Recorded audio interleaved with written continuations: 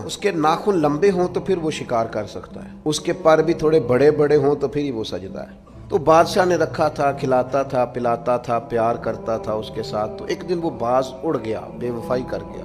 उसने कहा शायद मैं यहाँ कैदी हूँ।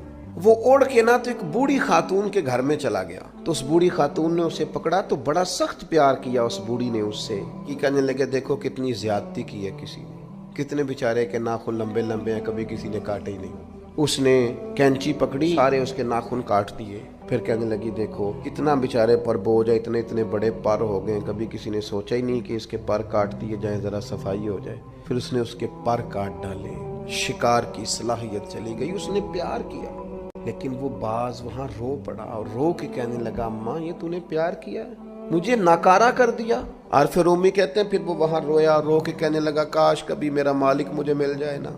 फरमाते हैं वो बादशाह ढूंढता ढूंढता आ गया।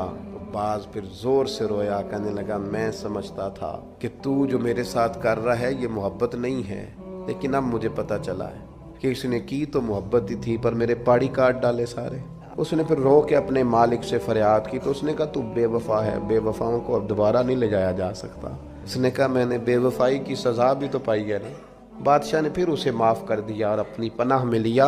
और फिर उम्मी लिखने के बाद लिखते हैं किसी से मोहब्बत ज़रूर करो पर उसके पर तो ना काटो, और किसी से मोहब्बत ज़रूर करो पर उसकी आज़ादी तो ना छीन लो।